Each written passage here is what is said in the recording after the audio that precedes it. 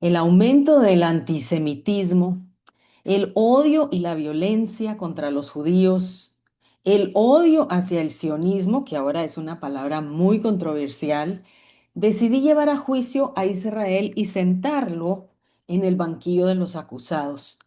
¿Por qué? Porque para poder verificar si estas acusaciones, junto con la palabra de Dios, sustentan lo que se dice de Israel, y también para saber si realmente los judíos son culpables y merecedores del veredicto público. ¿Sustenta la evidencia bíblica este veredicto? Esta será una serie de puntos claves para equipar al creyente, para que usted pueda defender cada objeción de acuerdo a lo que dice la Biblia. Lo vamos a hacer de una forma breve, sencilla y fácil. Y si usted tiene algún otro punto de debate que considere que podamos incluir, déjemelo abajo en su sugerencia. Así que quédese conmigo porque esto está tremendo. La primera moción que vamos a traer a juicio contra Israel es: los judíos e Israel ya han perdido la bendición de Dios. ¿Sustenta la evidencia bíblica este veredicto público? Pues entonces procedamos a este análisis. Primero vamos a aclarar algo, porque con Israel no se puede estar totalmente al 100% de acuerdo. Como toda nación, Israel comete errores y cuando se dice que es el pueblo elegido por Dios, pareciera como que es algo controversial. ¿Pero por qué? Porque la lógica a nosotros nos dice que si alguien es el elegido, pues debe comportarse como el que lo eligió o no. Pero como todos sabemos, Israel, como todas las naciones y nosotros mismos, no necesariamente son el ejemplo de virtud y santidad. Y yo me pregunto, ¿qué nación lo es verdaderamente? Vea lo que dice Jeremías 50:17.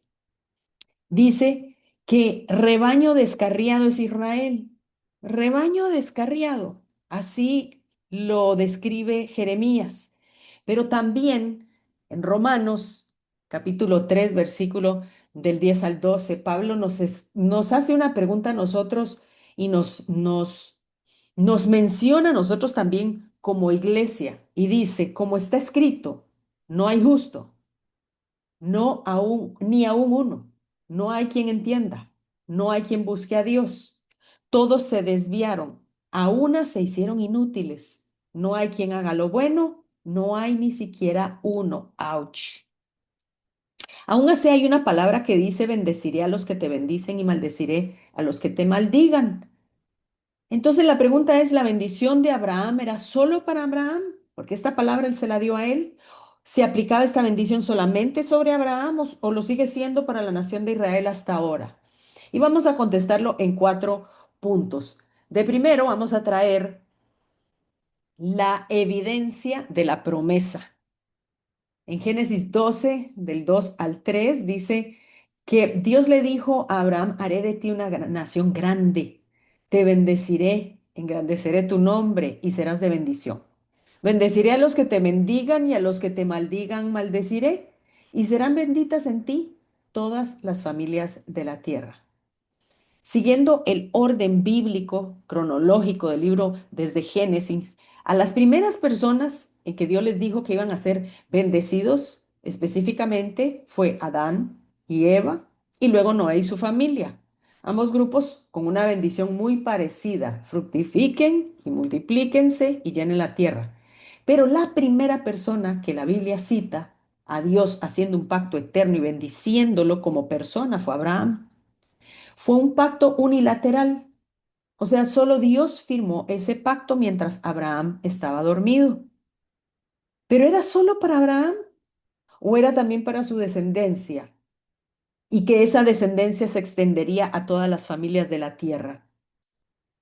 Aproximadamente 1000 años después de Abraham, aparece el rey David y cita las siguientes palabras. Primera de Crónicas 16, 15 al 18. Dice: Él, o sea Dios, se acuerda de su pacto perpetuamente y de la palabra que mandó para 1000 generaciones, del pacto que concertó con Abraham y de su juramento a Isaac, el cual confirmó a Jacob por estatuto, a Israel por pacto sempiterno, diciendo: a ti te daré la tierra de Canaán, porción de tu heredad. Y aquí la palabra sempiterno es la palabra olam, que significa eternidad. esta palabra sempiterno también se usa para describir el trono de Dios. O sea, es un trono bajo el cual Él reina por la eternidad. Y esta es la palabra que Él usa para el pacto de Él con Israel. Además le dice que por 1000 generaciones, no han pasado 1000 generaciones de Abraham hasta nosotros. Dependiendo de cuántos años tomemos para una generación, a veces pueden ser 40, pueden ser 80 o 120, no llegamos ni a 300 generaciones. O sea, no ha caducado esta promesa.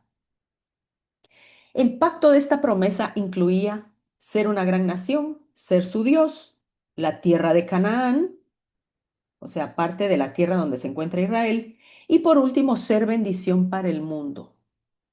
Entonces, la evidencia número 2 es la fecha de caducidad. A diferencia de otros acuerdos que dependían de la obediencia estricta, como el pacto de Moisés, que se conoce como el pacto de Sinaí, Dios hizo esta promesa basándose en su propia fidelidad y no en los méritos de Abraham o del pueblo judío, que llegaría a alcanzarnos también a nosotros. Recuérdese que este pacto, el de Moisés, era: si ustedes hacen, yo hago, y si ustedes no hacen, yo tampoco. Pero el pacto de Abraham no dependía de la obediencia. Dice Hebreos 6, 13 al 19: cuando Dios hizo la promesa a Abraham, no pudiendo jurar por otro mayor, juró por sí mismo. Cuando uno dice te lo juro por mí, pero cuando uno dice te lo juro por Dios, uno no puede jurar por alguien más alto. Bueno, él no podía jurar, así que él juró por sí mismo. Y él dijo: de cierto te bendeciré con abundancia y te multiplicaré grandemente. Y habiendo esperado con paciencia, alcanzó la promesa. Los hombres ciertamente juran por uno mayor que ellos, y para ellos el fin de toda controversia es el juramento para confirmación. Por lo cual, queriendo, dice, por lo cual, queriendo Dios mostrar más abundantemente a los herederos de la promesa la inmutabilidad de su consejo, interpuso juramento, para que por dos cosas inmutables, en las cuales es imposible que Dios mienta, tengamos un fortísimo consuelo los que hemos acudido para asirnos de la esperanza puesta delante de nosotros. Inmutable. No puede mutar a otra cosa, no puede cambiar. Así como Él no puede cambiar tampoco su promesa. Luego tenemos la evidencia histórica. Históricamente, teólogos eruditos y cualquier persona que utilice su capacidad de análisis han observado que los imperios, las naciones que han perseguido a Israel, que los han oprimido, que han intentado aniquilar o desaparecer el pueblo judío, ya sé, así como son Egipto, Asiria, Babilonia, los romanos y más tarde Alemania, han sufrido estos imperios un colapso ineludible. Inclusive jamás recién acaba de rendirse. Y a pesar de los ataques, guerras e intentos de genocidio contra el pueblo judío, ninguna nación en la historia ha sobrevivido lo que ha superado el pueblo de Israel. La evidencia número 4 es la defensa divina. La frase maldeciré al que te maldiga es activa.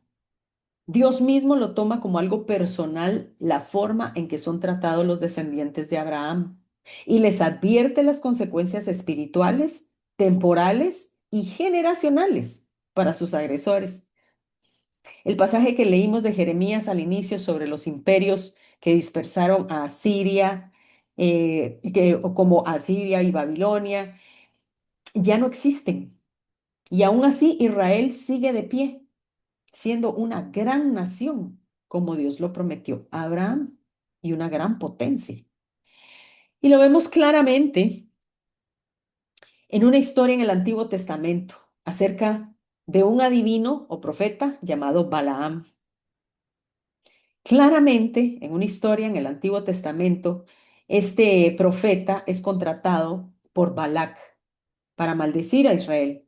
Y luego de varios intentos no lo logra, pues cada vez que subía al monte de Dios, solo lo dejaba declarar bendición. Y en medio de sus intentos fallidos, provoca que el rey Balac le diga, oye, pero si te traje para maldecirlos, pero si no los vas a maldecir, por lo menos no los bendigas. Pero a la tercera vez que sube a este monte a maldecir a Israel, Dios le abre los ojos espirituales y le muestra el futuro en los tiempos del Mesías. Y él logra ver las conquistas de ciertos vecinos enemigos de Israel. Eso lo dice en números, lo que puede ver en su pantalla. Recuerde que él estaba viendo el futuro de Israel. El profeta dice, Dios que lo sacó de Egipto tiene fuerzas como de búfalo, devora las naciones enemigas, desmenuza sus huesos y las traspasa con sus flechas. Se agazapa y se echa como un león, como una leona. ¿Quién lo despertará? Y él utiliza la bendición de Abraham y dice, bendito los que te bendigan y malditos los que te maldigan. Se da cuenta, el profeta está utilizando la bendición que tenemos en el banquillo de los acusados el día de hoy. La confirma como estando vigente, aun cuando él está siendo testigo de algo que vendría en el futuro en tiempos de la segunda venida de Jesús. Luego dice, en el 17, lo veo, mas no ahora, lo contemplo, mas no de cerca. Saldrá estrella de Jacob, se levantará cetro de Israel, herirá las sienes de Moab y destruirá a todos los hijos de Set. Será tomada Edom, será también tomada Seir por sus enemigos. Israel realizará grandes prodigios. Y dice el 19, de Jacob saldrá el vencedor y destruirá lo que quede de la ciudad. En tiempos del Mesías, en su regreso, él vendrá a pelear contra las naciones que justamente están alrededor de Israel y que maldijeron a Israel. Y es curioso que estas naciones mencionadas son todas musulmanas en su mayoría. La maldición o bendición de Abraham para quien bendiga o maldiga a Israel sigue vigente y seguirá vigente hasta ese tiempo. Y Dios seguirá defendiendo a su pueblo. El pueblo que es escogido no necesariamente significa que es un pueblo perfecto, que es un pueblo perdonado o que es un pueblo redimido. Israel todavía tiene que arrepentirse, pero sigue siendo pueblo de Dios. Cuenta una historia sobre un hombre que estaba sentado a orillas del mar de Galilea y otro le preguntó, ¿por qué crees en Dios? Y su respuesta fue una sola palabra, simplemente Israel. ¿Por qué Israel? Porque Israel ha sufrido más persecuciones, más asesinatos, más guerras, más imperios se han levantado en contra de Israel. Y a pesar de que Israel pareciera haber desaparecido del mapa, Israel recuperó inclusive la lengua que había perdido, el hebreo. Eso nunca se ha dado en la historia. Si podemos saber que Dios ha sido fiel con Israel, a pesar de que ellos han sido infieles, podemos nosotros confiar, los que no somos judíos, de que Él va a ser también una bendición para nosotros y va a ser fiel para nosotros. La promesa de bendecir a los que te bendigan y maldecir a los que te maldicen se cumple con el simple hecho de ver que Israel volvió a renacer contra todo pronóstico, pese a todos sus pecados. Aquí es donde vemos que Dios cumple sus promesas, una promesa y un pacto sempiterno que sigue siendo fiel a ellas, al pueblo judío, y también tenemos la confianza de que su fidelidad será perpetua para con nosotros. Como dice segunda de Timoteo 2:13, si fuéramos infieles, Él permanece fiel, porque Él no puede negarse a sí mismo.